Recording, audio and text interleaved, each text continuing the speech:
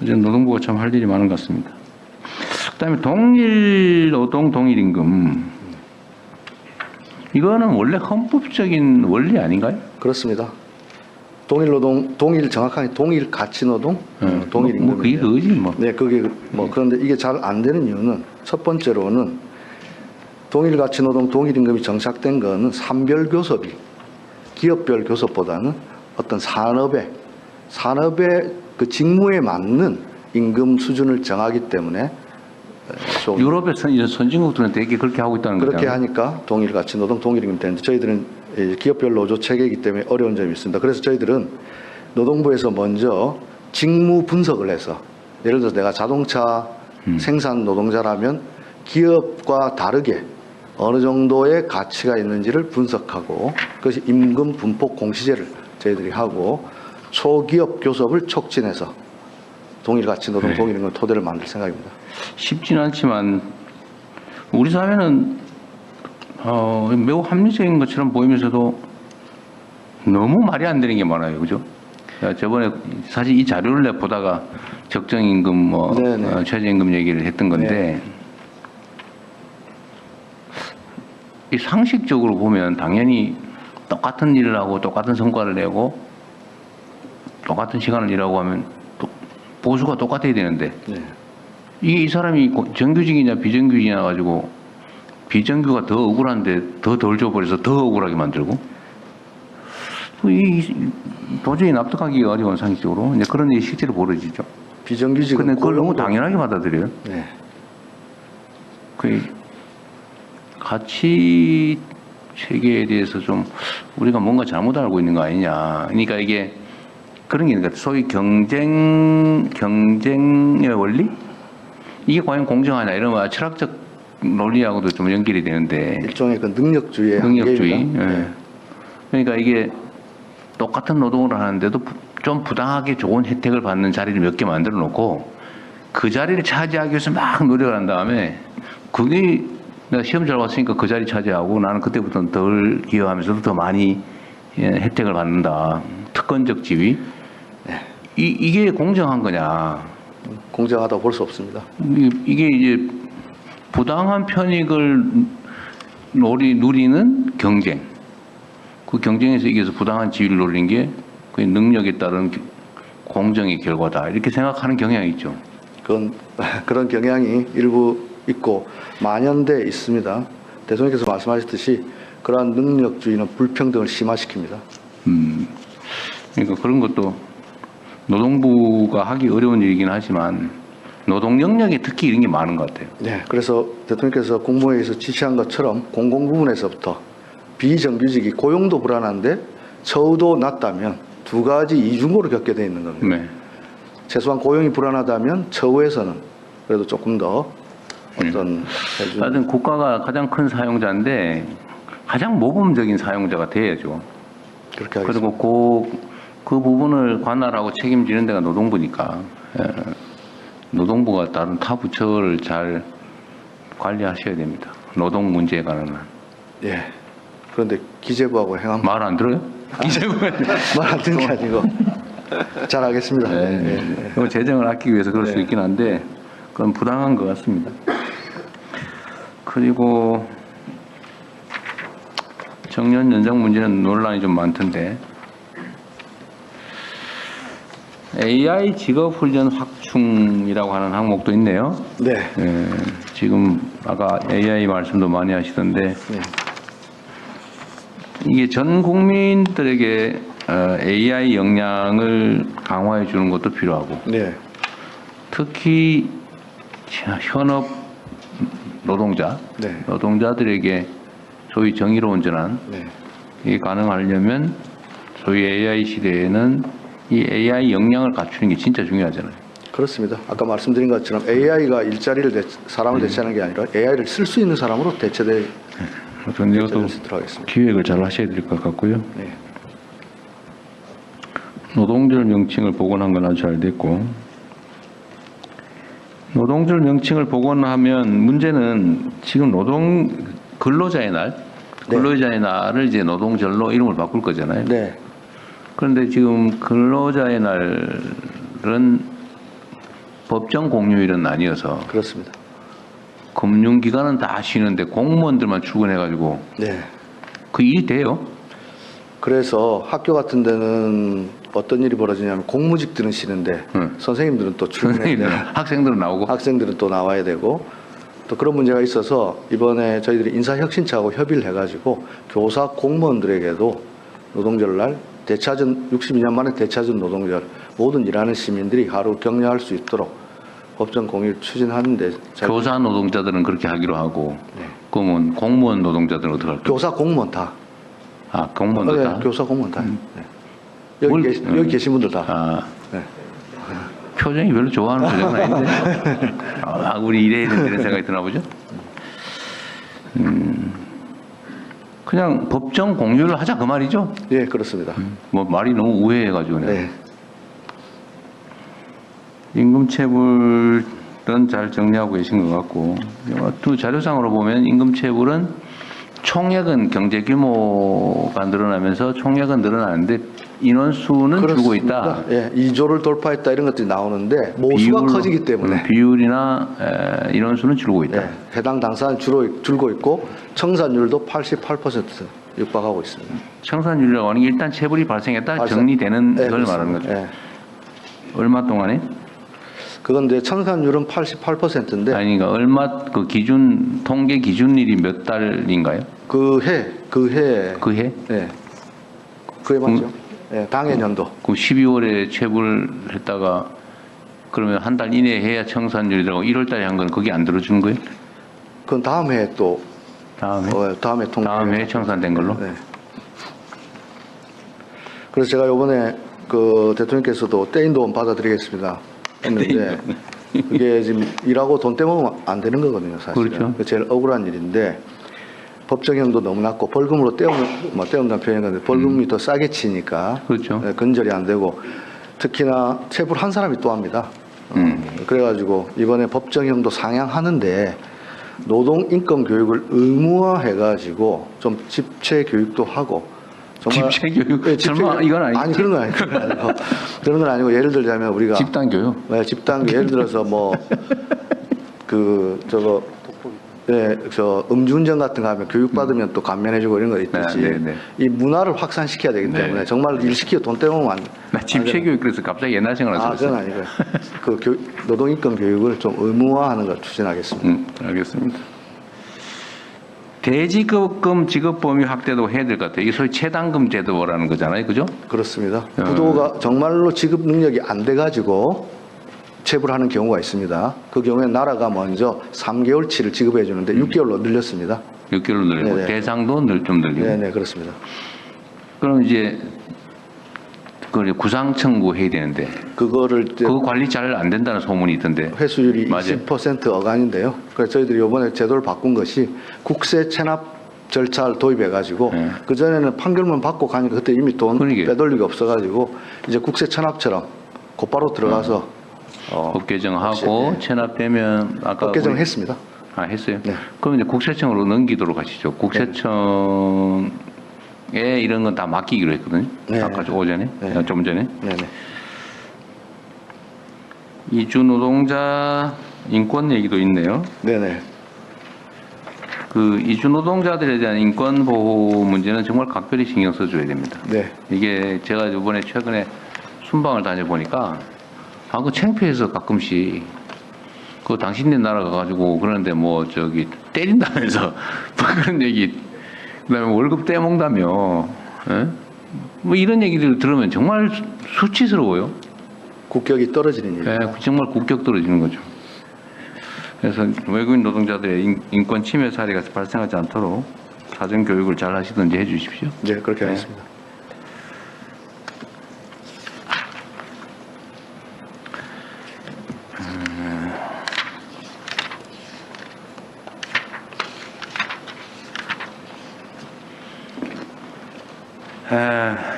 뭐 알 듯 모를 듯한 얘기인데 가짜 33이 뭐예요? 시간적 근로자를 써야 되는데 쪼개가지고 쓰는 거 말은 아니 그게 아니고 그 세금을 인적 공제라고 해가지고 노동자가 아니고 3.3 소득 공제 대상으로 예를 들어서 저희들이 근로기준법의 5인 미만 사업장에는 야간 수당이라든지 세금 뭐 이런 예외를 두지 않습니까? 영세 사업장이라고. 근데 실제로는 30명 정도 고용을 해요. 그 쪼개서 한다 그 말이에요. 쪼개가지고 3.3 근로계약을 안 쓰고 이 사람을 개인 사업자로 등록을 하는 겁니다. 근데 왜 3.3이라 그러냐고요? 세율이 3.3%. 예. 그 이제 통칭해야죠. 3.3. 죄송합니다. 이게 세율이 근로소득세가 아니라 인적공제 3.3%로 이거 등록하는 동네 사람이 쓰는 용어예요?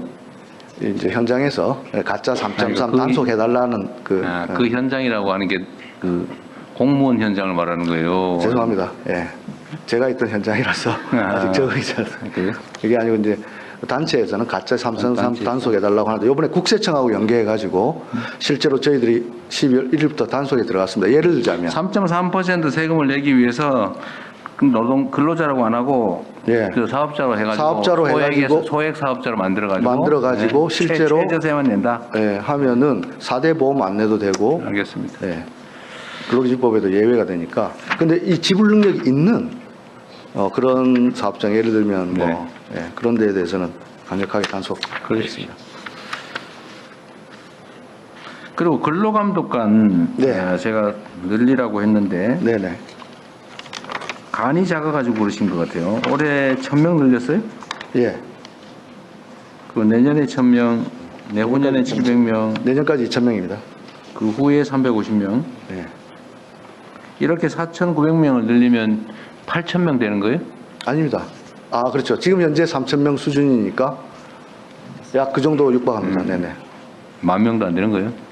예. 근데 이제 다른 문제가 아니고, 신입들을 체계적으로 교육시킬 인프라도 사실 시간이, 약합니다. 네. 검경 수사권 조정 때문에 저희들이 특수 알겠습니다. 이제 지방정부에 대한 노동 감독 권한 위임 문제는 어떻게 되고 있어요? 그래서 저희들이 이 근로감독관에 대해서는 지금까지 법률이 없었고 내부 시행령으로 했었는데 이번에 근로감독관법을 제정하면서 지방정부하고 권한 위임에 대한 것들도 제도화하는데요. 문제는 지금 이것을 맡아서 진행할 지방정부가 현재로는 경기도 정도 물론 4군데가 신청은 했습니다. 아니, 그러니까 제도적으로 할 수 있게 해놨냐 그 말이죠. 네, 제도적으로는 지금 준비하고 네. 있습니다. 네. 어차피 하고 안 하고는 뭐 지방정부들 자율의 문제니까요. 네네. 의혹이 있는 데는 할 수 있게 하면 됩니다. 네. 자, 본청 얘기는 다 좀 점검해 봤고, 소속 기관들은 지금 별도 보고 시간이 없으니까 제가 좀 물어볼게요. 근로복지공단, 네, 근로복지공단 이사장입니다. 이사장님. 여기는 뭐 원래 일이 전통적으로 많죠. 인원이 10,000명이 정원이군요.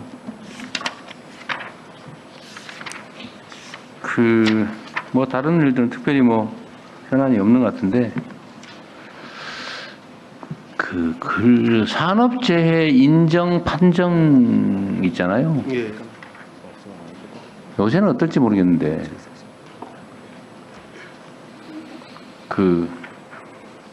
제가 나도 약간의 이 사적 그 판단이 들어있는지도 몰라. 우리 여동생이 일하다가 새벽에 화장실에서 사망했는데 산재치를 안 해줘가지고 내가 소송했다 졌는데 뭐 그건 그렇다 치고 근데 막상 그 당하는 사람들 입장에서 보면 참 가혹한 일이잖아요. 예. 작업 현장에서 사망했는데 그리고 뭐 그 외에는 사망할 이유를 굳이 찾기 어려운데 너무 산업재해 인정 판정이 좀 짜다라는 그런 주장 없어요? 예. 말씀해 주셨는데요. 그런 지적이 있습니다, 사실. 근데 작년에 한 20만 7천 건 정도가 신청이 들어왔는데요. 네. 그 중에서 한 75% 정도는 사고입니다. 사고는 저희들이 거의 96% 인정을 해주고 있습니다. 사고야. 근데 네. 질병, 직업성, 특히 요즘 근골격이 질병 중에서 저희들이 차지하는 비중이 한 65% 정도 되는데요. 최근에 굉장히 많이 늘고 있습니다. 그런데 이런 부분들이 개인 기질에 한 것인지 업무 관련해서 있는 근골격계 판단하기가 굉장히 어려운 부분이 있어서 좀 어려움이 좀 있습니다. 그러니까 새로운 질병은 뭐 그럴 수 있죠. 거야. 그런데 이 재정을 아끼기 위해서 너무 가혹하게 판정한다. 그 소송을 했다가 패소하는 비율은 얼마나 돼요? 인정 안 해줘가지고 인정해라 소송 들어와서 저희들 한 패소하는 20% 정도 되는데요. 20%. 최근에 소음성 난청 부분이 저희들이 이제 이 소음성 난청을 인정하는 기준이 있는데 이런 부분을 법원에서는 좀 넓게 보더라고요. 그래서 이런 부분들을 저희들이 다시 검토하고 있습니다. 그래서 법원의 판결을 잘 검토해서 그런 부분을 예. 현행할 수 있도록 하겠습니다. 법원의 판결 경향이나 그 학계의 연구 결과나 이런 걸 봐서 이런 건 일반적으로 해주는 거다 하면 빨리 태도를 바꿔주는 게 예, 그렇게 하도록 하겠습니다. 예. 어쨌든 뭘 하다가 직장에서 누군가가 죽거나 심하게 다치면 그 집안 망하는 거잖아요. 예, 그렇습니다. 예. 그리고 이게 보험이라고 하는 취지, 사회보험의 취지에 맞게 잘 운영될 필요가 있겠다. 예. 다 뭐 힘있고 많이 가진 사람들이 아니잖아요. 다 힘없고 약한 사람들이 험한 환경에서 일하다 그러는 경우가 많은 건데 각별히 좀 보호를 잘 해주면 좋겠습니다. 예, 잘 살펴보겠습니다. 네. 고용정보원은 어디 계신가요? 네, 고용정보원장 이창수입니다. 그 뒤에 계신 이 노동부 산하계는 좀 많죠.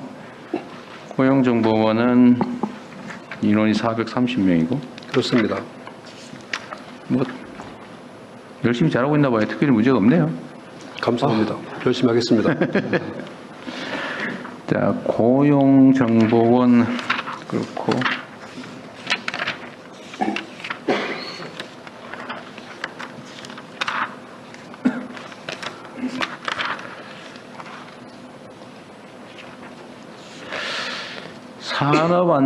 산업안전보건공단. 산업안전보건공단 이사장 김현준입니다. 예. 이 공단이 소재지가 어디입니까? 울산광역시에 있습니다. 울산에 가 있어요? 네, 그러니까 직원이 2,000명이나 되는데. 네, 근데 여기 업무를 보니까 네. 산업재해 예방을 위한 기술 재정 지원, 안전 문화 확산, 뭐 단속도 하고 네. 뭐 그런 것도 하는데 보니까 네. 이게 노동부에 네. 저기 산업안전본부 예, 산업안전본부 이번에 차관급으로 격상되고 지금 광주에 급파되어 있습니다. 거기 있는 근로감독관 또는 산업안전본부 공무원 업무하고 거의 같은 것 같은데? 그 근로감독관 업무할 적에 저희 직원들이 같이 지원을 하고 있습니다. 지원해주고 함께. 있어요? 네, 그러니까 이것도 아마 공무원 수 늘린다고 해서 뭐 자꾸 뭐라 그러니까 그 피해가지고 근로감독관이 해야 될 일을 떼가지고 여기다 맡긴 거 아닌가 싶어요. 그래가지고 대통령께서 첫 번째 지시로 300명 빨리 그 특공대 투입하라고 할 때 저희들이 숫자가 차출된 숫자가 안 돼가지고 여기서 공단에 150명, 150명, 지금 받았군요. 300명이 같이 움직이고 있습니다. 그러니까 여기 2,000명이나 되는데 물론 뭐 이렇게 운영하는 게 합리적이고 또 효율적일 수도 있긴 한데 그죠? 하여튼 이것도 보면 근로감독 감독 역량을 여기다 분산해 놓은 거예요. 네. 여기하고 역할 분담을 어떻게 할지 중복되지 않게 하는 게 중요할 것 같네요. 예, 공단에서 예방하고 또 사고 조사 같은 것도 특화되어 있습니다. 그래서 그런 것들 저희들이 위임하는 업무도 진행하고 있습니다. 네.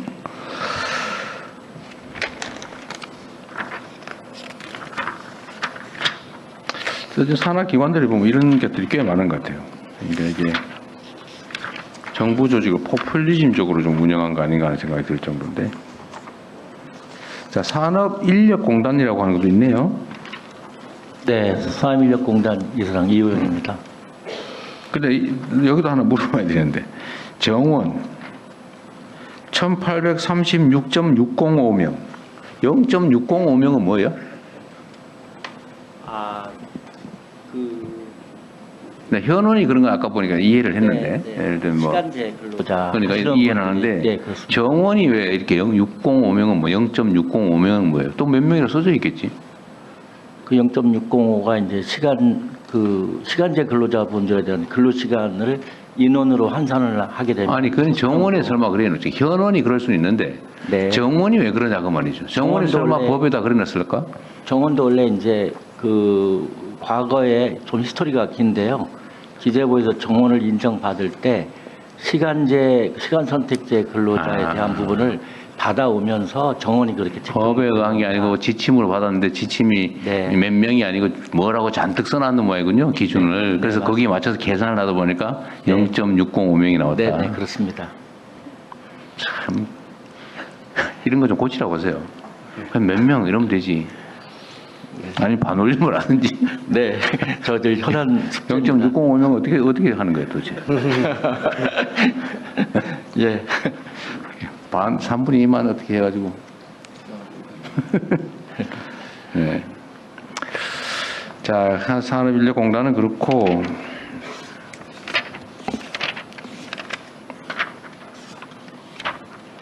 여기도 뭐 특별한 문제가 있는 건 아닌가 봐요.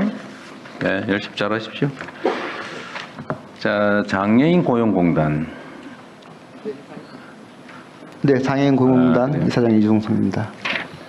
장애인 고용공단은 전에 보니까 장애인 고용률을 법에 맞추지를 못해가지고 여기저기다가 장애인 고용하라고 청탁하러 다니고 막 그러더군요.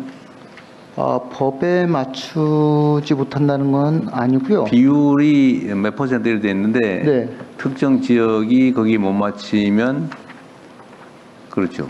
아마 그 정부 경영 목표치에 조금 부족하는 그 지사들이 그 목표치에 맞추기 위해서 네. 노력들을 좀 한 것으로 알고 있습니다. 지금은 어떠세요? 지금은 저기 장애인 고용률이 법에 정해져 있는 만큼을 잘 충족하고 있나요? 지금 전체 고용률은 이제 3.21%로 나와 있는데요. 그게 이제 공공 부분에서 상당히 이제 의무 고용률을 초과해서 그 고용한 인원들이 있기 때문이지 민간에서는 지금 조금 의무 고용률에 못 미치는 상황이거든요. 특히 이제 대기업 그러면 저기 저 고용 안 하고 일종의 무슨 가태료 비슷부담 고용 부담금을 부담금으로 대신 예, 내고 있어요. 예. 그 부담금 금액이 인건비로 지출되는 금액으로 비교하면 몇 퍼센트쯤 되는 것 같아요? 뭐 기업들의 이제 평균 임금이 다 다르니까 그런데 이제 지금 절대 그 금액으로 부담금이 얼마예요? 만약에 한 명을 덜 채웠다. 그럼 지금 얼마예요? 이제 그것도 이제 장애인 고용률에 따라서 이제 단계가 있거든요. 네. 그래서 이제 최고 싼 게 이제 60%, 최저임금의 60%고 제일 많이 부과되는 게 이제 최저임금의 100%까지 부과가 됩니다. 아예 안 한다든지 그러면 네. 최저임금이 60%? 좀 올려야 되겠네요, 그죠? 기업들의 부담도 이제 여러 가지 고려를 아니, 해가지고 저희가 예. 법이 있으면 지키라고 해놓은 거지. 기업들의 통상적인 장애인 고용, 의무 고용률은 얼마예요? 그러니까 의무 고용률이 지금 3.1%로 돼 있습니다. 3.1%까지 네. 고용을 해라. 네. 그런데 안 되면 최저임금 기준으로 돈 내면 된다. 네. 알겠습니다. 근데 공공부문 말고 민간 분야는 잘 못 지키고 있다. 그런 거죠. 네. 근데 그 장애인이라고 하는 게 등록된 장애인은 다 해당되는 겁니까? 아니면 장애의 정도에 따라서 뭐 저희가 지금 차이가 있나요? 법적으로는 이제 등록 장애인을 대상으로 통계를 내고 있습니다. 경하든 중하든 상관없이. 네. 예. 저도 통계에 넣어주세요. 저도 장애인. 네. 경미하지만. 자, 장애인 고용공단 잘 처리해 주시고요. 장애인 그러세요. 하십시오. 예. 아니 근데 공공의 민간보다는 나은데 그걸 채우고 있는데 공공은 다 채우고 있어요? 아니요, 공공도 이제 분야별로 편차들이 좀 있습니다. 이제 특히 편차가 있어요? 아니면 아예 떨어지는 데도 상당히 있죠. 떨어지는 데들이 조금 있는데 특히 이제 특정 직무 분야들이 장애인 고용이 좀 힘든 분야들이 있어요. 특히 교육 현장이라든가 아니면 뭐 국방이라든가 이제 그런 특수한 부분에 있어서는 장애인 고용이 조금 낮은 지금 상황입니다. 네. 건설 근로자 공제회 건설근로자 공제 이사장 직무대행 권혁태입니다. 어디 계세요? 네. 거기 있어요.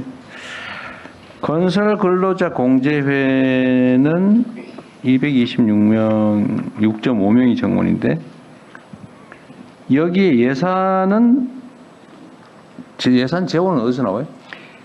저희가 공제 부금이라는 것을 걷고 있습니다. 부금의- 건설공사 예. 부금의 일부 네, 그렇습니다. 저희가 근로자 한 사람이 일을 하면은 6,500원을 걷어서요. 그중에 6,200원은 근로자에게 저희가 퇴직금 형태의 공제 부금으로 지급을 하고 나머지 300원을 가지고 저희가 사업을 운영하고 있습니다. 그 납부하는 대상자는 어떤 사람들이에요? 건설 현장에 퇴직금이 가입하지 않는 1년 미만의 일용 근로자입니다. 단기 고용하는.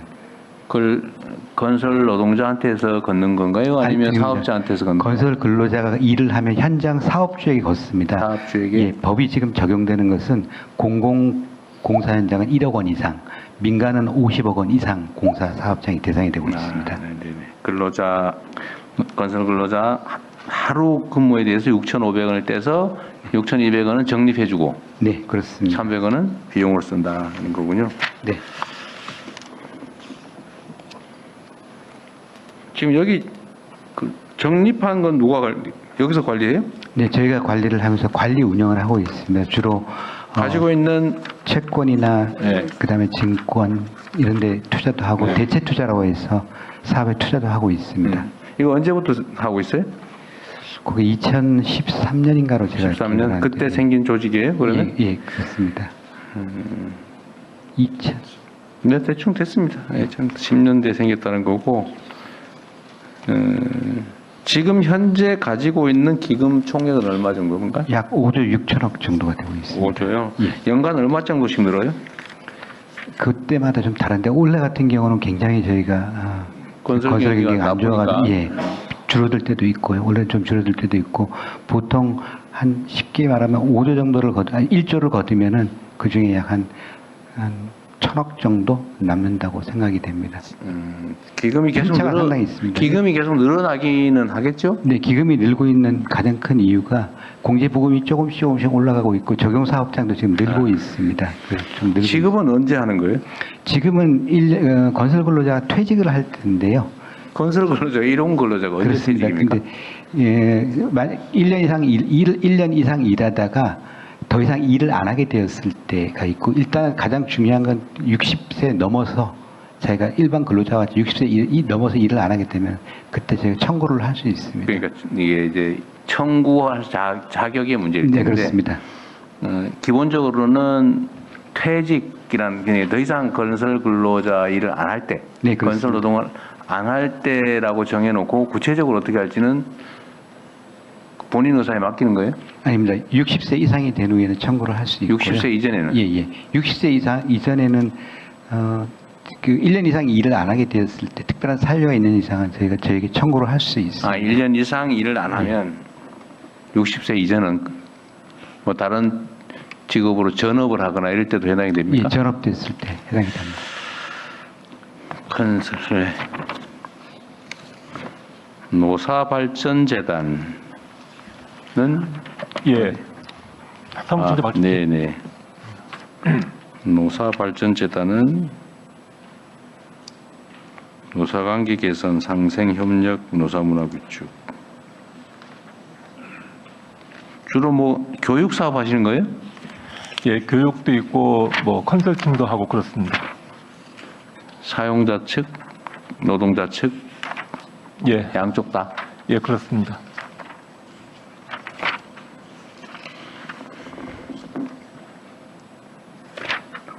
네. 한국 폴리텍 대학은 어디 계세요? 예. 우리 이철수 교수님이시군요. 여기는 학교니까 이게 지금 전국에 폴리텍 대학이 몇 개나 있어요? 캠퍼스 39개. 그 연구원 교육원 합치면 한 41개 정도 됩니다. 연구원도 있어요? 예, 신기술 교육원, 직업교육연구원 뭐 이렇게 있습니다. 예. 또 인재원도 있고 전체 직원 역량 학교 그러니까 그 폴리텍 대학이니까 기본적으로 교육 대중 교육을 위해서 있는 조직일 것 같고 예. 거기에 폴리텍 대학은 30 아까 몇 개? 39개 39개. 있습니다. 예. 연구원은 뭐 연구하는 데라고 치고 예.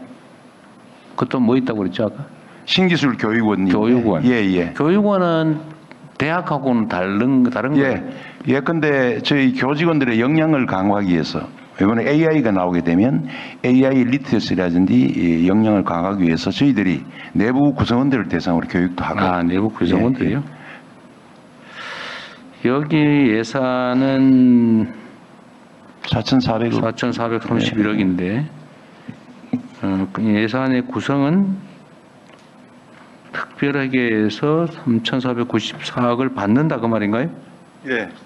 저희 예산 루트가 고용보험기금하고 뭐 이렇게 해서 고용보험기금 576억, 자체 수입이 어째 수업료 이런 거겠죠. 360억, 3,494억은 고등평생교육지원 특별하게 해서 받는다 그 말인 거. 예, 그렇습니다. 예. 정부 예산으로 보시면 됩니다. 네. 3,500억.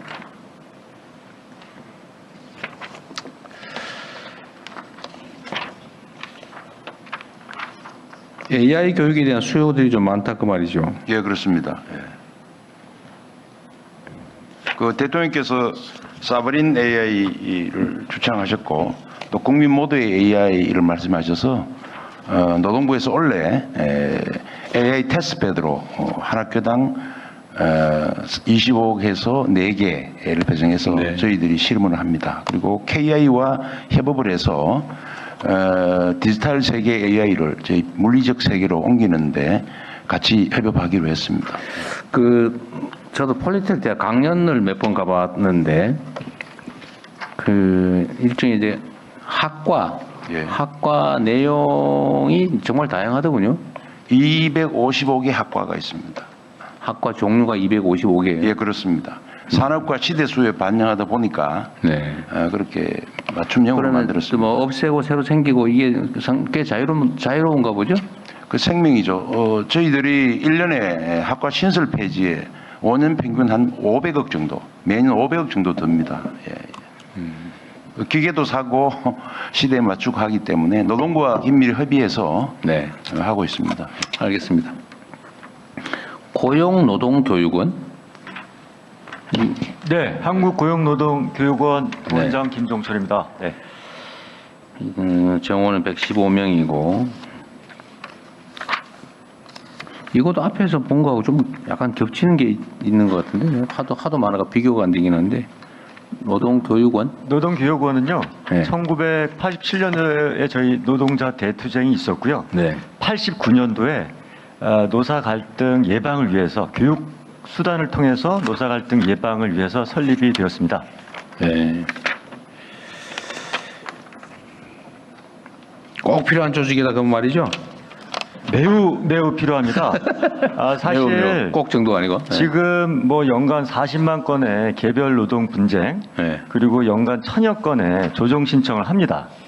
그런데 사실은 이런 사고가 발생하기 전에 예방하는 것이 가장 중요한데요. 네. 그때 저는 노동교육이 굉장히 유효한 수단인데 지금 저기 연간 예산 뭐 200여억 원, 그 직원 100여 명 수준이어서 매우 취약하고요.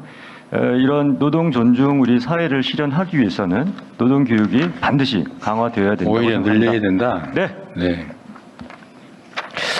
대상이 누구예요? 교육 대상이? 교육 대상은 작년의 경우에 연간 23만 명을 했고요. 그 중에 16만 명이 청소년입니다.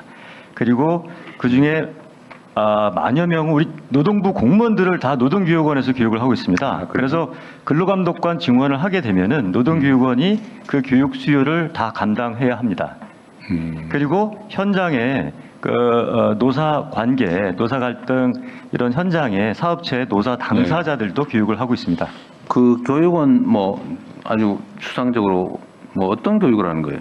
노동 인권 교육 아니면 노사 관계 당사자가 노사 관계 교육. 예. 그래서 노조 간부나 인사 노사 담당자들이 와서 노사 협상과 단체 협상의 스킬이라든지 중고등학생들 데려다 놓고 그런 교육을 시킨단 말이에요? 아니요. 노사 관계 당사자에 대해서는 노조 간부나 인사 노사 담당자에 대해서는 그런 교육을 시키고요.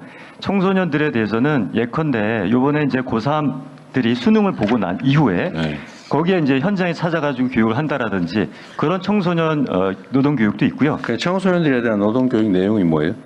청소년들에 대해서는 이제 현장에 가서 학생들이 이제 예컨대 수능 끝난 다음에 알바를 한다든지 이럴 때 근데 이제 사업장에서 여러 가지 임금체불이라든지 괴롭힘 이런 걸 당할 수 있기 때문에 그런 것을 예방하기 위한 교육을 하고요. 그다음에 그 특성화고 학생들 6만여 명에 대해서는 좀 집중적으로 우리 어떤 산업재해 예방이라든지 네. 뭐 인턴 형태로 이제 그 친구를 근무를 하기 때문에 네, 교육하고 보통 있습니다. 말하는 노동 인권 교육을 한다 그 말이군요. 그렇습니다. 네, 알겠습니다. 한국기술교육대학교. 한국교육. 이거 며칠 전에 우리 그 같은데 거긴가요? 네. 어디 계세요? 네. 감사의 대표는 총장이신가요? 예. 아, 예. 제가 며칠 전에 갔던데 거기 맞아요? 예, 맞습니다.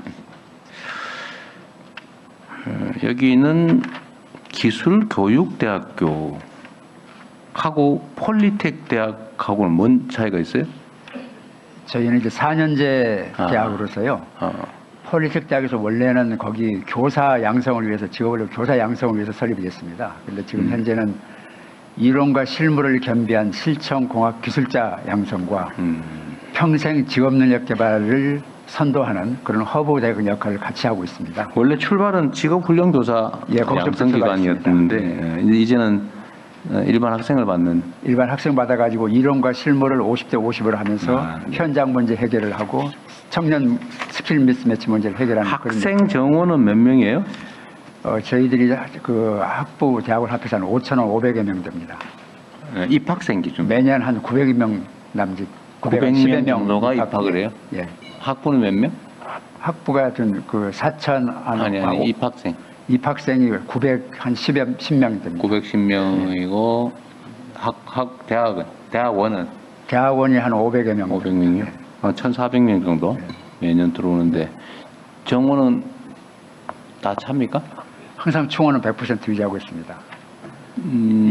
평균 경쟁률은요? 이번에 입시 경쟁률이 11.2대 1로서 비수도권 대학에서 두 번째로 높았고 그래요? 충청권에서 가장 높은 국책대학입니다. 총장님의 자부심이 뿜뿜이신 것 같네요. 예. 네. 네, 잘 운영하시기 바랍니다. 예, 감사합니다. 여기는 정부로부터 들어오는 예산이 얼마 정도예요? 전액 수업료 빼놓고는 정부로부터 다 지원받습니다. 그게 얼마 정도죠? 전체에서 한 1,272억이었습니다. 1,272억. 정부 예산이? 예. 예산 총액이 1,272억이에요. 예, 예. 근데 이게 전부 정부 예산이라는 거? 고특 회계가 이제 교육부를 통해서 들어오는 예산이고요. 그다음에 일반 회계에서 이제 그 학부 그 대학원 관련해 가지고 지원을 개발 담당자 양성 및 훈련 매체 개발 항목으로 한 760억 정도 되고요. 그다음에 이제 ODA 사업으로서 개도국 공무원들을 대상으로 그 석사 학위 과정을 운영하는 게 있습니다. 거기서 네. 예. 그리고 이제 각종 고용 서비스 제3세계에서 온 학생들 외국인들 가르치는 주로 아시안 국가에서 오는 학생들입니다. 알겠습니다.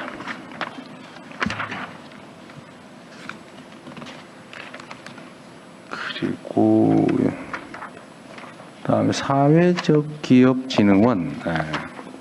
이것도 노동부 소관이군요.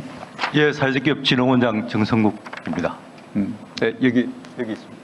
아, 예, 저 제일 끝에 계시네요. 예. 사회적 기업 진흥원.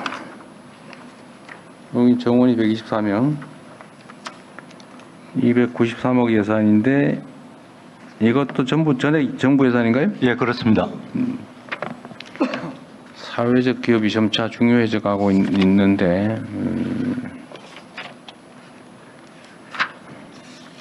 최근에 사회적 기업이 많이 축소됐죠. 예, 뭐 약간 신규 인정 사회적 기업 수가 증가한 비율은 둔화되고 폐지 반납되는 사회적 기업 수가 증가함으로써 올해 들어서 절대적인 규모가 약간 줄어들었습니다. 네. 다시 늘어나겠죠. 예, 그렇습니다. 자월드는 성남에 있는 거고 정원 69명. 한국자월드 이사장 이병균입니다. 네.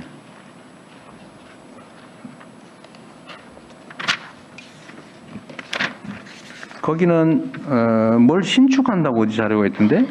미래지휘관을 구축하고 있습니다. 미래직업관. 예. 어디다가 지어요? 저희들 유유 공간에 2024 24년도 예산을 1차 성남에 있는 옆에 빈 공간에다 짓는다 그 말인가요? 저희 자볼드 내에 유휴 공간이 1000평이 있어서 그 경계 내에. 예, 그걸 뜯어내고 거기에 미래지역관을 구축하고 있습니다. 네. 알겠습니다. 그 총리님 하실 말씀 혹시 있으시면. 저 간단한 거 하나만.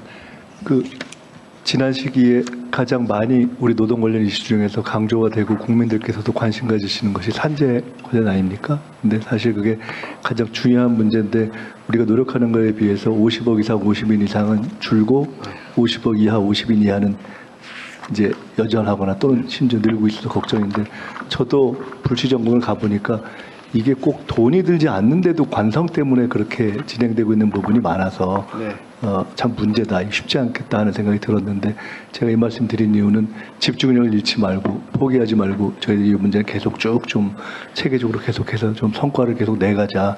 이 부분에 대한 관심이 크고 의미가 있기 때문에 성과를 확실히 내면서 갔으면 좋겠다는 거고요. 제일 처음에 보고하실 때 제일 위에 나왔던 것 중에 일터 민주주의하고 사회적 대화라는 거를 큰 제목으로 뽑으셨던데 의미가 있는 것 같은데 일터 민주주의의 구체적인 어떤 정책으로 실현해 갈 것들이 구체적으로 어떠한 것들인지 몇 개를 딱 좀 뽑아서 단계적으로 실현하는 것을 우리에게 좀 제시해주고 추진해가면 좋겠다는 생각이 들었습니다. 예, 이상입니다. 다른 분들 혹시 하실 말씀 있으시면 우리 실국장님들 아까 보니까 준비했는데 말 못해서 억울하다 그러시는 것 같은데 혹시 있으면 하실 말씀 있으면 하세요. 자, 없으면 넘어가겠습니다. 네. 농림축산식품부. 네, 발표하십시오. 안녕하십니까. 고용노동부 장관은 가셔야죠. 그냥 계속 계실. 일단 차관을 보냈기 때문에 대통령. 뭐 있어도 되고 가셔도 되고 그냥 계세요 그럼. 네. 마치고 바로 내려야 돼요. 예, 지금부터 농림축산식품부 업무보고 및 토의를 시작하겠습니다. 농림축산식품부 장관이 보고하겠습니다. 농촌진흥청하고 산림청은 그 청장들이 보고하도록 하십시오. 예, 그렇게 하겠습니다. 예.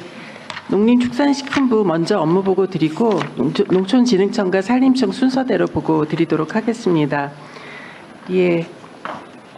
발표 드릴 순서는 6개월 성과와 보완점 그리고 업무 추진 방향과 과제 그리고 양청이 마지막에 추진 과제를 보고하는 순서로 하겠습니다. 예, 농식품부는 국민주권정부 출범 후 약 6개월 동안 국민 체감형 성과 창출을 위해서 전력을 다했습니다. 국민들께 체감 성과를 여쭈어 보았습니다. 국민들께서는 재해복구 지원 강화, 에이펙 식량안보 장관회의, 농산물 유통구조 개선 방안 마련, K농정협의체 출범과 농업사법 개정 순으로 성과를 긍정적으로 평가해 주셨습니다. 특히 지난 8월 달에 우리 정부 들어오자마자 농업사법 개정과 함께 그 정책 고객 174명이 참여를 해서 일종의 이것도 사회적 대화라고 할 수 있는데요. K농정협의체를 출범을 시켰습니다. 그래서 저희 정책들을 함께 만들어 가고 있는 중입니다. 그리고 현재까지는 약 50여 차례 회의를 추진하였습니다.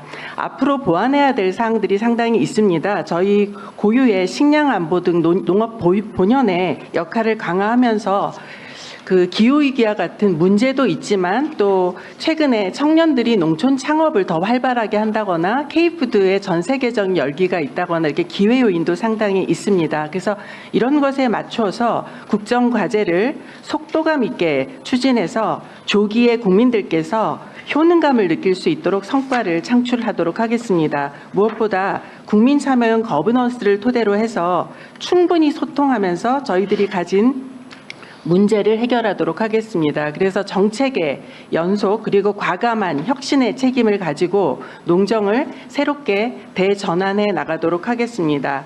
저희들은 국정과제에 기반해서 5대 중점 추진 과제와 그 개선 필요성 있고 현장에서 상당히 지적이 많은 그 농협 개혁 그리고 농지제도 개선, 농촌 재생에너지 확산 등을 3대 개혁 및 쟁점 이슈로 설정을 하였습니다. 그래서 이에 대해서 순서대로 그 중점 추진 과제 순서대로 보고를 드리도록 하겠습니다. 먼저 5대 중점 추진 과정 첫 번째입니다. 국민 먹거리를 지키는 국가 전략 산업으로 농업을 육성하겠습니다. 국민에게 안정적으로 식량을 공급하는 것은 국가의 가장 기본적 책무이고 안보와도 직결되는 사항입니다. 튼튼한 식량 안보의 토대 위에 전 국민의 먹거리 돌봄을 강화해 나가겠습니다. 저희들은 내년에 식량 안보법 제정을 준비하고 쌀 이외에 곡물 재배를 확대하고 실질적인 소비 기반을 통해서 자급률을 더 높여나가겠습니다. 그리고 국민들의 먹거리 돌봄을 위해서 지난 정부에 중단되었던 초등학생 과일 간식 그리고 임산부 친환경 농산물 꾸러미 사업을 재개하였습니다. 그리고 재개하도록 하겠습니다. 그 밖에 대학생들의 만족감이 매우 높은 1,000원의 아침밥 사업을 확대함과 동시에 이 1,000원의 아침밥 사업을 직장인에게까지 확대하도록 하겠습니다. 지난 9월에 한번 국무회의를 통해서 보고드린 바 있습니다. 국민들도 다 궁금해하실 텐데요. 농축산물 유통개혁과 관련해서 온라인 도매 시장의 내년도 거래 목표액을 1조 5천억 원으로 확대할 것이고 지금 현재 상존하는 도매시장 제도도 개선이 필요합니다. 경쟁을 강화하고 공공성을 제고할 수 있도록 제도 개선을 하겠습니다. 저희 상임위에서는 그 근거가 되는 농안법 개정안이 상임위를 통과하였습니다. 그 밖에 국민들 입장에서 가까운 곳에서 소비자 가격으로서 농산물 가격을 알 수 있도록 알뜰 소비정보 앱도 내년에는 만나보실 수가 있도록 하겠습니다. 신속하게 속도를 내서 국민들이 체감할 수 있는 성과를 만들겠습니다. 다음 과제는 농식품과 연관 산업을 합친 K푸드 플러스 수출을 내년 목표 150억 불을 설정하고 이를 달성할 수 있도록 노력하겠습니다. AI와 스마트 농업 기술은 농촌의 인력 부족도 심각하고 기후변화도 심각하기 때문에 이에 대응할 수 있는 해법이라고 생각을 하고 있습니다. 그래서 농업농촌 전반에 AI를 확산하기 위한 투자를 확대하겠습니다. 또 스마트 농업 육성 지구를 내년에는 15개소까지 대폭 확대하고 민간의 기술과 자본을 공유할 수 있는 AX 플랫폼도 운영하도록 하겠습니다. 세 번째 중점 추진 과제는 국가 책임을 강화하는 농정의 대전환과 청년 농업인재 양성입니다. 농축산물의 수급이 불안해지고 대규모 재해 등도 자주 발생합니다. 이런 위기를 헤쳐나갈 수 있도록 보다 두터운 농가 소득 경영 안전망을 구축하겠습니다. 공익직불금 확대와 함께 내년부터 새로 도입되는 가격 안정제를 통해 기초 소득 안전망을 강화하고 수입 안정보험, 재해보험 등 선택 안전망도 확충하도록 하겠습니다. 부족한 농업 인력 공급을 확대하고 농자재의 공급망 불안 등 대외 리스크에 노출되어 있는 우리 농업인들의 경영비 부담도 줄여나가도록 하겠습니다. 농업의 미래가 사실 청년에 있다고 해도 과언이 아닌데요.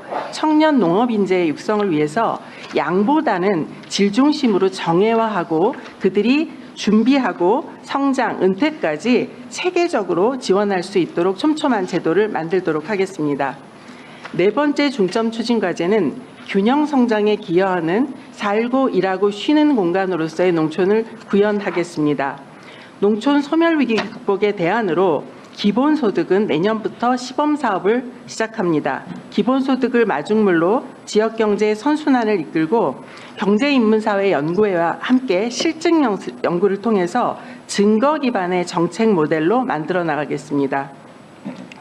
농촌은 도시민들의 수요가 상당히 많은 공간입니다. 청년들의 농촌 창업도 활발하고 도시민들이 휴식할 수 있는 공간이 또 농촌이기도 합니다. 이에 부응할 수 있도록 농촌의 공간 계획을 139개 전 시군이 수립해서 새로운 공간으로 재구조화하고 농어촌 빈집특별법 등을 통해서 빈집을 창업 등에 활용할 수 있는 새로운 공간으로 혁신하겠습니다.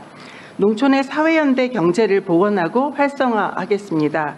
진안군의 백운면 같은 경우에는 주민들이 일주일에 한 번씩 공동밥상을 차리고 돌봄을 주민 스스로 제공하는 그런 공동체 모델이 작동하고 있습니다.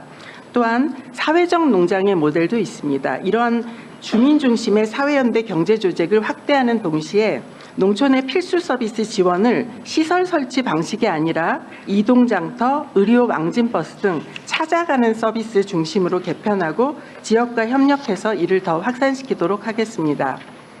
5번째 중점 추진 과제로 사람과 동물이 더불어 행복한 사회를 만들겠습니다. 세계 최초로 법정 동물 보호의 날이 지정되었고 지난 10월 4일 제1회 기념식도 개최한 바 있습니다. 내년에는 관련 단체 등과 협의해서 동물복지 기본법 제정안을 마련하고 동물복지진흥원 설립 등 정책 기반을 강화하겠습니다. 반려인들이 많아지면서 굉장히 반려동물 진료비에 대해서 관심이 많습니다. 이 부담을 좀 줄여드릴 수 있도록 공익형 표준수가제를 도입하고 공공상생동물병원 등 새로운 제도를 고민하면서 해결 방안을 모색해 나가겠습니다. 다음은 개혁과제입니다. 농협에 대해서 상당히 관심들이 많으십니다. 농협 개혁을 통해서 농협에 대한 민주적 통제를 강화하겠습니다. 그동안 농협에 대해서는 비판도 많았고 현재 강도 높은 특별감사가 진행 중에 있습니다.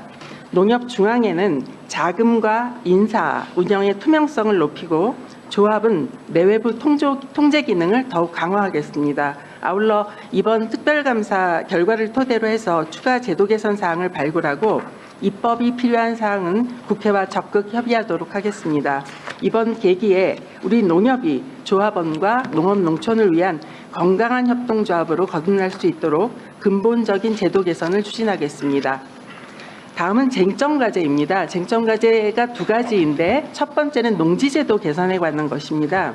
농지에 대해서는 여러 목소리가 있습니다. 한편에서는 농사 지을 사람도 없다. 그런데 30년 전에 만들어진 낡은 제도로 규제만 한다라는 의견을 말씀하십니다. 그런데 다른 한편에서는 매년 농지가 줄어드는데 식량안 보호에 문제가 생길 수 있다. 농지 보전 관리 더 강화해야 한다라는 주장을 합니다.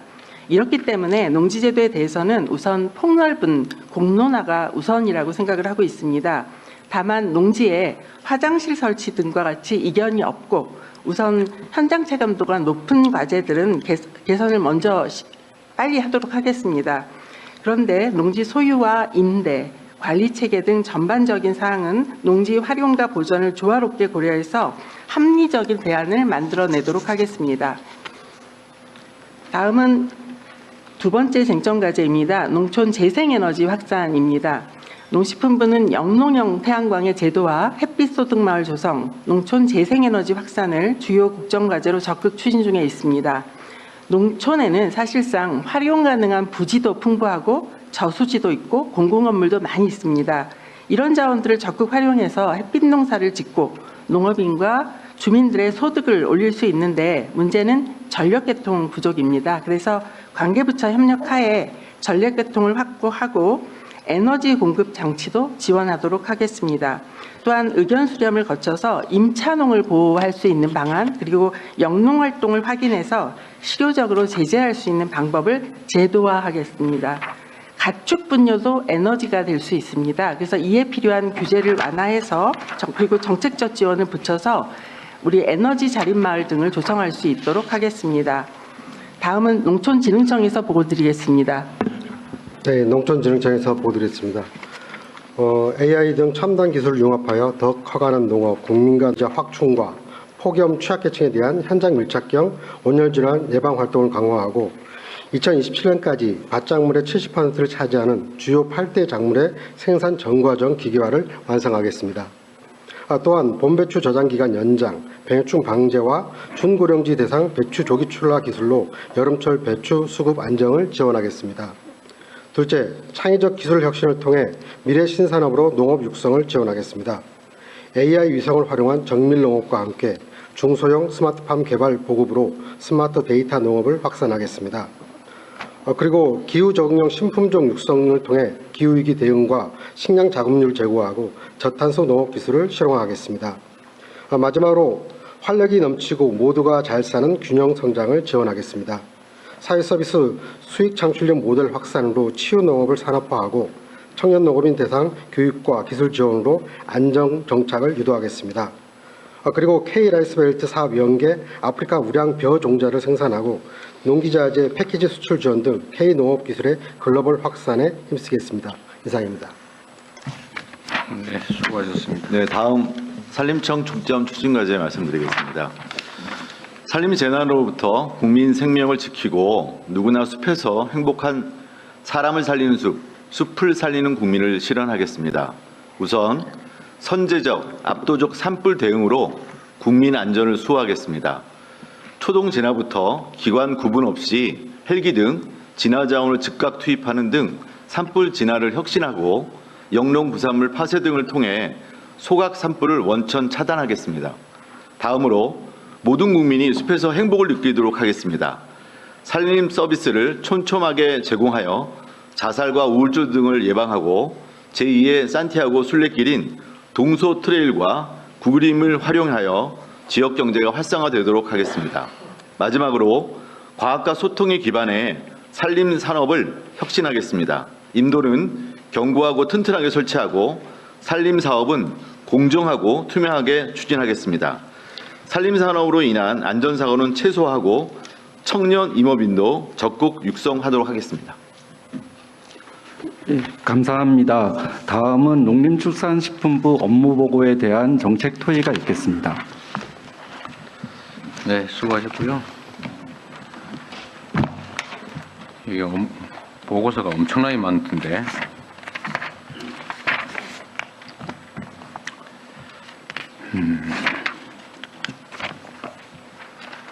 우선은 동물복지 관련해서요. 동물복지진흥원, 반려동물복지진흥원, 동물복지진흥원이라고 저희가 그게 지금 동물복지 그러니까 뭐 가축도 너무 잔인하게 키우거나 대우하면 안 된다. 네. 뭐 그런 것 하나하고 예. 하나는 반려동물의 관리를 어떻게 할 거냐. 그 두 가지 다 들어 있는 거예요? 예, 그리고 은퇴견이라고 해서요. 그러니까 우리 군부대나 네, 또 뭐 검역본부 이런 데서 일하던 그런 은퇴동물에 대한 봉사동물에 대한 것들도 같이 합니다. 이거를 어디다가 둘 거냐? 예. 축산관리부서 밑에 둘 거냐? 네. 아니면 특히 반려동물 관련해서는 이거를 복지부나 이런 데다 둬야 되는 거 아니냐? 그 논란은 어떻게 뭐 좀 정리된 거예요? 예, 그게 아마 개식용 종식 문제 하면서도 그런 비슷한 뭐 논쟁이 있었던 것으로 기억을 합니다. 그래서 저희들이 이제 먹는 가축으로서의 축산 업무를 하고 있는데 실은 뭐 그 동물복지 문제도 지금 저희들이 다루고 있어서요. 저희 국이 하나가 있습니다, 대통령님. 이거 주로는 산업으로서의 동물, 산업 대상으로서의 동물을 취급하는 부서가 인간의 반려동물에 대한 관리를 취급하는 게 적정하냐고 너무 시끌시끌할 것 같은데요. 사회적 논의를 한번 해봐야 될 것 같아요. 그게 아마 이제 개식용 종식 업무를 하면서 정리가 그 당시에 좀 이루어졌던 것으로 그렇게 기억을 합니다. 예. 한번 우리 국민들 의사도 한번 확인을 해봐야 될 것 같아요. 네. 그리 간단치 않을 것 같습니다. 네. 이거는 나중에 별도로 한번 보고를 해주시면 좋을 것 같고요. 다른 부처도 어디다 맡길 거냐? 이것도 논쟁거리라 좀 챙겨봐 주실래요? 실장께서. 그리고 지금 농어촌 기본소득이 논란거리인데 그죠? 예. 그냥 정부 예산은 확정이 됐으니까 하면 되는데 광역도 중에 30%를 부담을 못하겠다. 그런데 국회는 광역시 도에서 30% 부담하지 않는 데는 해주지 마라.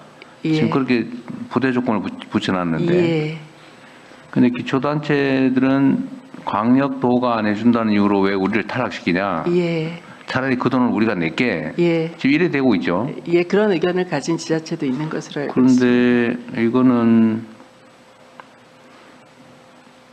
도에서 부담을 30% 안 하고 그럴 경우는 국회에 우리가 의견을 무시할 수도 없고 그건 법이니까 따라야 되니까 각 도에 일단 기회는 주고 정리할 기회를 주고 아니면 그 동의하는 도에다가 예. 지금 하겠다는 군들이 많으니까 예. 그쪽에 다시 추가 공모를 해가지고 예. 선정을 하시는 게 좋을 것 같네요. 예. 빨리 해야 될 것 같아요. 근데요. 이게 그렇습니다. 시행을 하려면 1월부터 준비 기간이 필요해서요. 그러니까요. 예.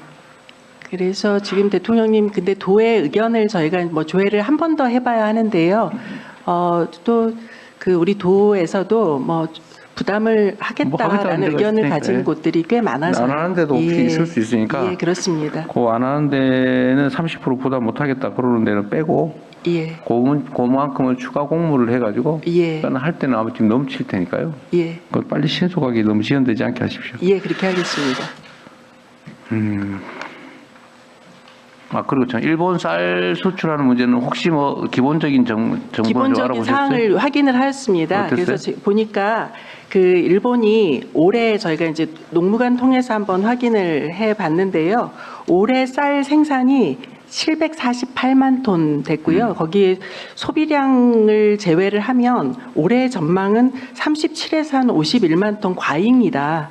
라고 올해는 합니다. 오히려. 예, 근데 그래서 왜 쌀값이 안 떨어져요? 그게 이제 유통의 문제가 좀 있는 것 같습니다. 그래서 하락할 것으로 판단한다라는 게 그래요? 예, 상황이고요. 예. 그럼 뭐 저희들이 좀 더 살펴보겠습니다. 내일부터 대통령님. 보면 되겠네요. 예. 그다음에 공공 배달 앱 소비 쿠폰을 활용해서 외식 부담 완화에 도움을 주자 그런 것도 있네요. 예. 네, 이거는 뭐 여기 직접 업무 소관은 아닌 것 같고 온라인 도매 시장 있잖아요. 예. 6페이지 하단에 있는데 예. 올해 거래액 목표 1조 원을 조기 달성했다. 예. 그래 해오셨어요. 잘하셨고요. 예. 신경 쓰니까 좀 확 늘었다 그 말이죠. 맞습니다. 근데 그 전에 이거 언제부터 시작한 거예요? 23년 11월 말일 정도에 그 그러면 오픈을 한 24년, 것으로 알고 있습니다. 24년, 25년 올해가 2년째입니다. 2년째예요. 예.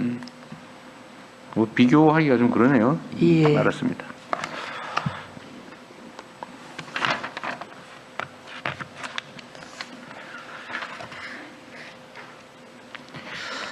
그 햇빛 소득 마을. 예.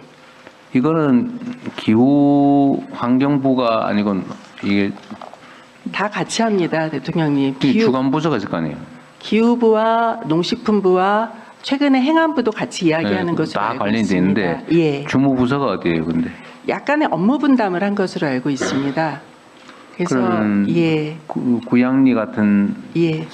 그 방식은 누군가가 설득해서 또 지원도 해주고 예. 교육도 하고 해가지고 맞습니다. 빠른 속도로 예. 돼 나가야 될 거 아니에요? 그렇습니다. 그거 누가 주관이 되는 거예요? 그래서 저희들은 어떻게 생각하냐면 대통령님, 구양리는 사실 농지가 아니고 뭐 마을에 간 뭐, 지붕 뭐 이렇게 창고 지붕 이렇게 된 것인데요. 사실 농촌 마을에는 유휴화된 농지도 많고 또 그렇죠. 저수지도 있고 이렇습니다. 그러니까 가장 효과적으로 뭐 할 수 도로 있는 같은 데 위에도 맞습니다. 있고. 그래서 저희는 이제 농어촌공사랑 같이 해서 그 유유지를 발굴해서 마을의 고 유유지 중심으로 좀 설치를 하고 그거를 누가 할 거냐 그 말이죠. 어느 부처가 주관이 될 거예요. 이게 지금 원래 예. 책임자가 3명이면은 네. 3배 효율이 아니라 효율이 3분의 1로 떨어진다는 설이 있잖아요. 저희는 저희가 좀 하려고 생각하고 있고요. 예, 그래서 행안부가 아마 전체 네, 국무실에서 한번 잠깐 얘기해 보세요. 예. 이거는 그 대통령 비서실 정책실에서 지금 조정을 하고 있는 과정입니다. 그래서 기본적으로 행안부에 이제 범정부 추진단을 만들기로 했고요. 거기에 이제 기후부하고 네. 농식품부하고 행안부하고 3자가 같이 역할 분담을 해서 협력하는 걸로. 논의하고 있고 세부적인 역할 분담에 대해서는 계속 지금 정교화시키고 있는 과정입니다. 네. 그 어떤 마을의 유휴 토지, 마을에 간 지붕이나 뭐 공공시설 등등에 네. 예를 들면 뭐 농촌 같은 경우는 농로, 도로 뭐 이런 데 다 깔아도 되잖아요. 축사위, 뭐 지붕, 축사위, 뭐, 예. 그다음에 뭐 그 개천, 또 또랑위 이런 다 해도 상관없는 데잖아요. 예, 그리고 묵은 농지가 상당히 있습니다, 대통령님. 그러니까 그런 곳. 그러니까 그런 데에 태양광 발전 시설을 만들고 개통 연결을 우선적으로 해주고 예, 그러면 동네에 상당한 수입이 예. 동네에 떨어지잖아요. 예, 그런데 저번에 잠깐 얘기한 것 같은데 목표치가 너무 낮아요. 지금 전국의 군 곱하기 면 곱하기 면 단위로 2 곱하기 2 단위로 골짜기 그 숫자 곱하기 하면은 그게 아마 몇만 개 될 텐데. 그렇죠. 마을 수만 3만 8천여 개 되니까요. 예. 그런데 겨우 500개 뭐 이게 말이 안 되죠. 저희는 아주 저희는 달성 가능한 것만 최소한으로 잡았지만 확대 가능하다고 보고 있습니다. 최대한 늘려서 하도록 공부조정 확실히 잘하셔야 되겠네. 속도를 좀 내야 됩니다. 전력 부족 문제도 있고 마을의 공동체 수입 문제도 있고 어떤 지방의 소득을 늘리는 문제도 있고 해서 최대한 빨리 좀 진척이 되면 좋겠습니다. 그 또 한 가지 덧붙여가지고 이게 뭐 여기 소관은 아닌 것 같긴 한데 태양광 발전 사업 허가를 내주면 해당 지역 주민들이나 어민들한테 사업 지분을 주어야 그 빨리 민원을 해결하고 신속하게 진행이 됩니다. 네. 그리고 영농형 태양광. 예, 영농형 태양광은 하여튼 그게 태양광의 소득이 농사짓는것보다 훨씬 많다 보니까 그 자칫 잘못하면 농사를 아예 포기하고 전용돼 버린 수가 있기 때문에 맞습니다. 그 관리 방안을 잘 강구해야 됩니다. 농업을 포기하면 안 돼요. 맞습니다. 그럼 또 임차농들이 또 저항을 해가지고 맞습니다. 사업 진척이 안 될 수가 있습니다.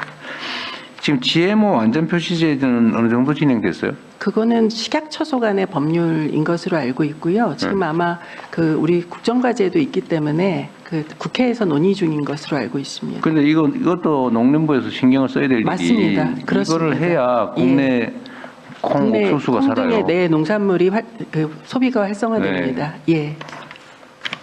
농산물 자급률을 높이는 데 중요한 수단이기 때문에 맞습니다. 이것도 좀 챙겨보세요. 그 법률이 통과됐다는 얘기도 듣던데 후에 소식이 없어요. 이런 것도 속도 있게 빨리 치워야 됩니다. 그렇게 하겠습니다. 법 통과됐습니다, 대통령님. 국회에서. 그러니까 그 시행이라도 빨리 하게. 그리고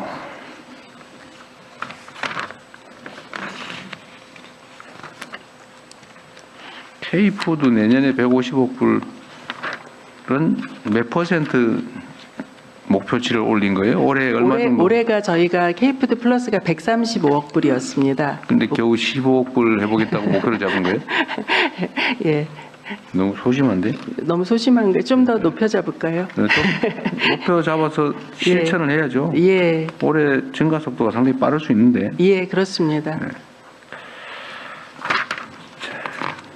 다른 건 뭐 워낙 많은 업무를 하고 계셔서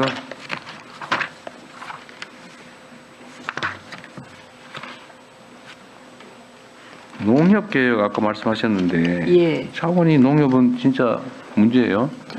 선거 과정도 불법도 많고 매수 뭐 아주 그냥 당연한 것처럼 해가지고 맨날 구속되고 수사하고 난리던데 이 조합장 권한이 너무 많아서 그렇다는 거죠. 농자금 배분 이런데. 그래서 저희가 지금 저희 특별감사 중인데요, 대통령님. 저희 홈페이지에 익명제보센터를 운영하고 있는데 11월 말까지 그 제보를 들어온 건수를 한번 저희가 최근까지 들어온 걸 보니까 100건이 넘습니다. 필요한 건 수사 의뢰하시고 좀 감사 조사 그렇게 철저히 하겠습니다. 해서요. 그리고 여기 뭐 비상임 조합장도 2회로 연임을 제한한다. 뭐 주요 임원 인사할 때 후보자 공개 모집하게 하겠다. 뭐 등등이 있는데 하여튼 공정하고 투명하게 선출될 수 있게 하고 그다음 조합장들이 너무 많은 권한을 갖지 않게 의사결정 과정에 조합원들이 민주적으로 참여할 기회를 좀 늘리면 되잖아요. 가장 혼자 다 하게 만들면 맞습니다. 중점을 두는 부분입니다. 중요한 계획 과제 같습니다.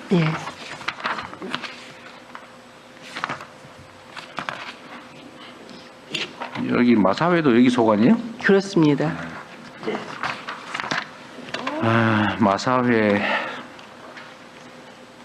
마사회가 지금 전국에 마사회장 어디 계세요?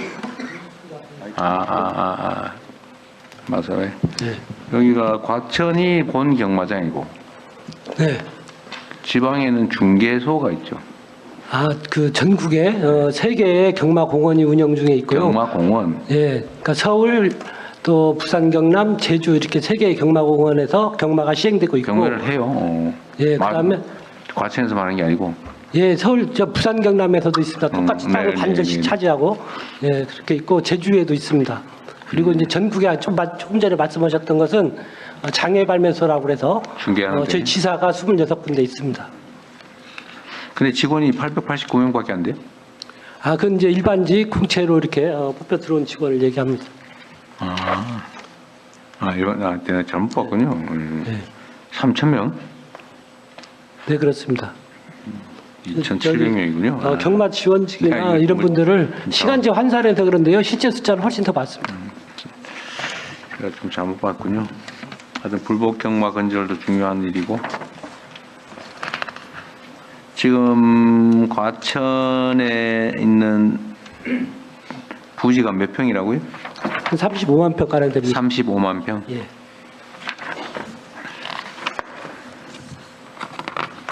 알겠습니다.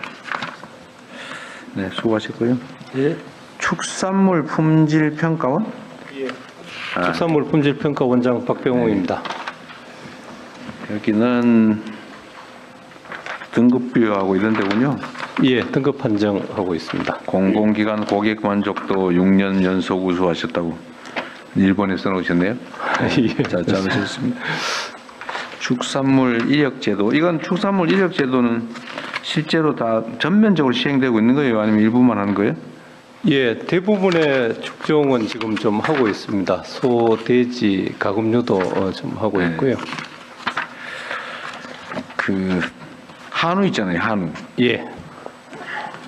한우를 어느 나라에서 데리고 와가지고 6개월이 지나면 그 외국 소를 데려와가지고 몇 달이 지나면 한우로 취급해준다 그런 게 있다면서요? 원산지 규정으로 알고 있는데요. 한우로 되는 것은 아니고, 그건 아니고. 예, 국산? 국내에서 생산된 걸로 알고 있습니다. 다만 제가 정확하지는 않습니다만 그 자체도 표시는 해야 되는 걸로 알고 있습니다. 혼자 오셨어요 오늘? 네, 그 궁금해서 제가 정확하게 물어보려는데 그 6개월인가 지나면 그 소관이 혹시 원산지 6개월 기준으로 되고 국내산으로 표시할 수 있습니다. 그렇죠. 6개월. 예, 국내산으로 하되 다만 한우는 안 됩니다. 한우는 아닌 거고요. 한우라고 할 수는 다만 없고 국내산 표시는 하는 걸로 알고 국내산 있는데. 표시를 하고요. 예, 예. 한우는 특별한 DNA가 있기 때문에 한우 한우하고는 표시는 안 다르구나. 됩니다. 예. 예. 그 지금 소를 주로 수입하는 데가 호주, 미국, 캐나다? 예. 예, 주로 호주하고 미국입니다. 미국? 예. 캐나다는 아니에요. 캐나다가 관세가 좀 있어서 그런가? 캐나다도 캐나다는 미국으로 갔다가 들어오는 모양이던데. 예, 수입하는 걸로 알고 있습니다. 근데 6개월 지나면 어쨌든 국내산으로 미국을 들려서 이렇게 올 수도 있고요.